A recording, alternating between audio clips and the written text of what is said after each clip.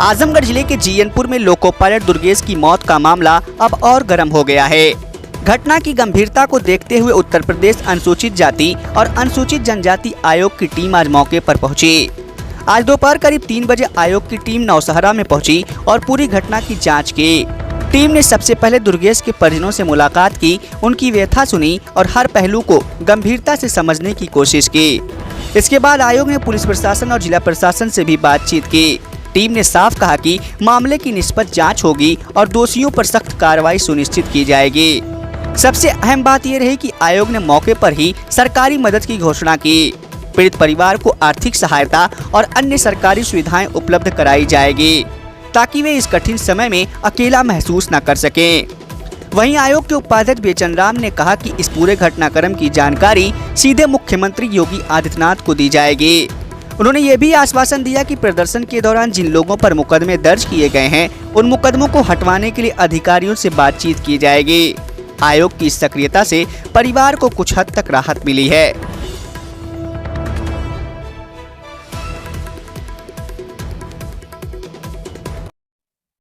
आदरणीय कानूनगो साहब से, रिटायर्ड कानूनगो साहब से वार्ता हुई है और उन्होंने अपनी बात को मजबूती से बताया हम लोगों को जो सच्चाई है कि किन परिस्थितियों में क्यों जो है उनके बेटे की हत्या हुई, तब उन्होंने विस्तार से हम लोगों को बताया है।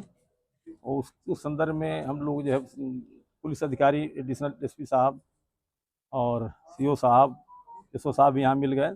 हम लोग कहा देखिए इसमें जो है इनके लड़के की, कानून साहब के लड़के की मौत हुई है, तो मौत को वो सामान्य मौत नहीं है।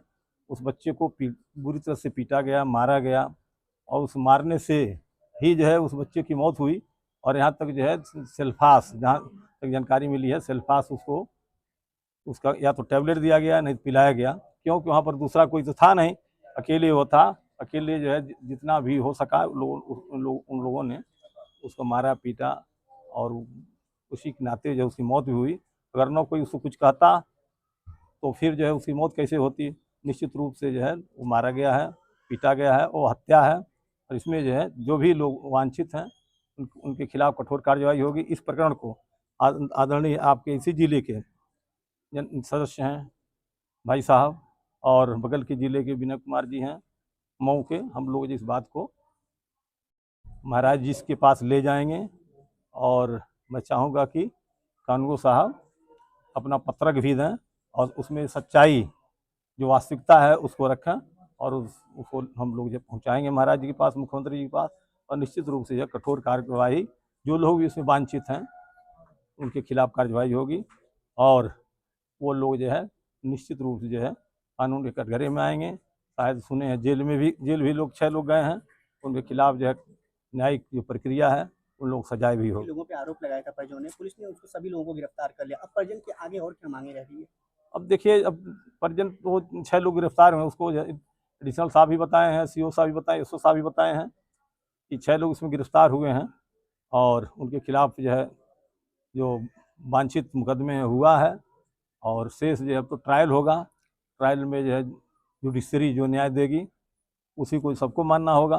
सर, जिस दिन 100 रख करके लोग रोड पे प्रदर्शन कर रहे थे, एडिशनल साहब कहे कि किसी को मुकदमा नहीं होगा, लेकिन सब पे मुकदमा करा दिया गया है, क्या कहना चाहिए? उस संदर्भ में हम लोग की वार्ता हुई है, हम तीनों लोगों ने वार्ता किया है जनवाद एडिशनल एसपी साहब से कि चूँकि ये प्रकरण जनवा हत्या का था और वो बच्चा जो है नौकरी कर रहा था, लोको पायलट था, उससे जो सबको जो पीड़ा थी और पीड़ा है, और इस नाते जो है लोगों ने जो है कहीं भी उस तरह घटना होती है, केवल जो है आपके जो है इस आजमगढ़ जिले की बात नहीं है, कहीं भी पूरे प्रदेश या देश में जब कोई इस तरह घटना होती है तो निश्चित रूप से जो है न्याय की मांग के लिए जो है प्रदर्शन होता है, धरना होता है। तो उसी क्रम में यहाँ हुआ, हम लोगों ने मांग किया है और कहा भी है कि उसमें जो है किसी के भी खिलाफ मुकदमा नहीं होनी चाहिए। ये जो है स्वाभाविक रूप से होता है, इस नाते जो है उन्होंने आश्वासन दिया है। वो 57 पत्र किस तरह का था? वो 4.25 लाख रुपया जो अनुसूचित जाति के व्यक्ति की हत्या के उपरांत जो शासन द्वारा पैसे उपलब्ध कराए जाते हैं, वैसे तो 8.5 लाख दिया जाना चाहिए, लेकिन प्रथम किस्त 4.25 लाख की अभी ये उपलब्ध कराई जा रही है।